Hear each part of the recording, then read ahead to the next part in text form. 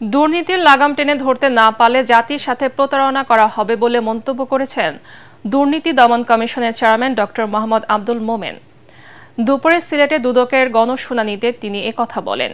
এ সময় দুদক চেয়ারম্যান বলেন, শুধুমাত্র অবৈধ সম্পদের অনুসন্ধান নয়, জনগণকে সচেতন করার মাধ্যমে দেশকে দুর্নীতি মুক্ত করতে চায় দুদক। এজন্য জনগণ, মিডিয়া ও সামাজিক প্রতিষ্ঠানগুলোকে সক্রিয়ভাবে অংশগ্রহণ করার তাগিদ দেন তিনি। আগামী নির্বাচনে সৎ মানুষকে ভোট দিতে ভোটারদের প্রতি আহ্বান জানান আব্দুল মোমেন।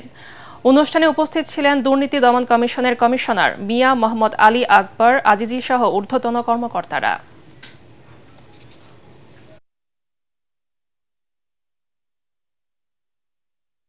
আপনি যদি বাড়তি কিছু কামাই করেন বেতনের বাইরে, পরিশ্রম করে করেন, কোনো সমস্যা নাই, কিন্তু মানে কাউকে জিম্মি করে, যেটাকে আমরা ঘুষ টুস এসব বলে টলে থাকি, দুর্নীতি হরেক কিসিমের, সেটা আপনি কি জন্য করবেন তো সন্তানের জন্যই তো। সন্তান যাতে ভালো থাকে, ভালো খায়, ভালো গাড়িতে চড়ে, ভালো বাড়িতে থাকে, এগুলির জন্যই তো। কিন্তু অনুগ্রহ করে এটা মনে রাখবেন, আপনার সন্তান মোটেও বোকা সন্তান না।